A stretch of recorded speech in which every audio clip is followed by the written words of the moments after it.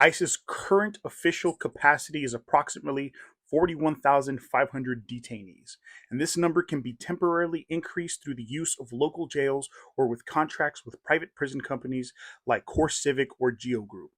But that is the official Congress funded capacity as of 2025, 41,500. However, due to the Trump administration's aggressive implementation of its xenophobic immigration policies, ICE detention is now heavily overcrowded. Based on reports by CBS News, Track, and El Paso Matters, ICE is holding anywhere between 51,300 to 59,000 detainees.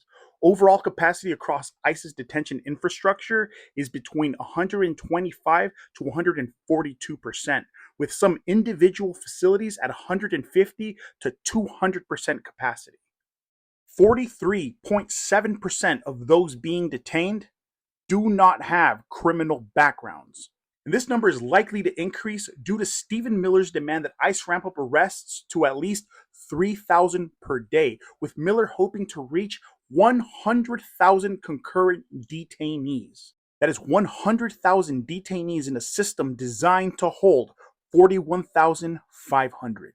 And although the administration would have you believe that these policies are being implemented for the sake of public safety and national security, it has been recently revealed that members of the administration, like Stephen Miller, have financial ties to the corporations involved in the implementation of the administration's mass deportation campaigns.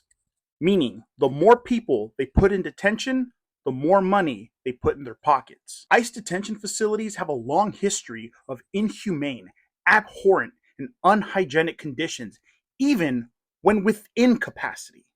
And this includes things like abuse of migrants, sexual misconduct, and the lack of adequate medical care. These conditions are obviously only made worse now that the system is over capacity.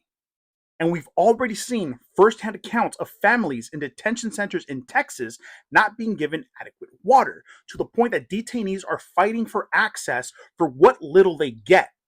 We see lack of access to medical care, to the point that a child suffering from cancer is showing signs of relapse. Wired reports that since January, 10 ICE facilities have collectively placed around 400 emergency calls, and this includes calls for suicide attempts, sexual assault, including staff on detainee incidents. The conditions that detainees are forced to endure have already led to several deaths, like that of Abelardo Avellaneda Montoya, who died in transit after being held in a local jail, and Marie Angie Blaze, who complained about chest pains for hours before finally being given medication and told to go lay down.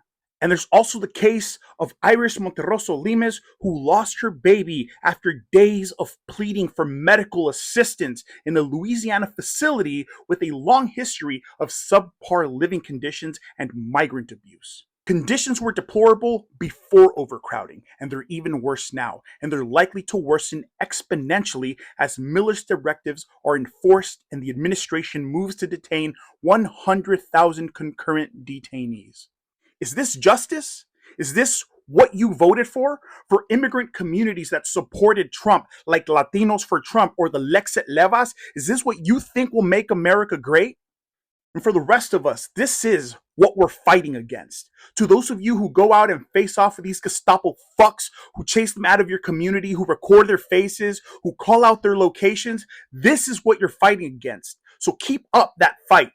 And to the ICE agents, you won't be able to hide behind your orders. When this nation is finally back in the hands of people who have managed to retain their humanity, when this nightmare is finally over, I pray that you face justice.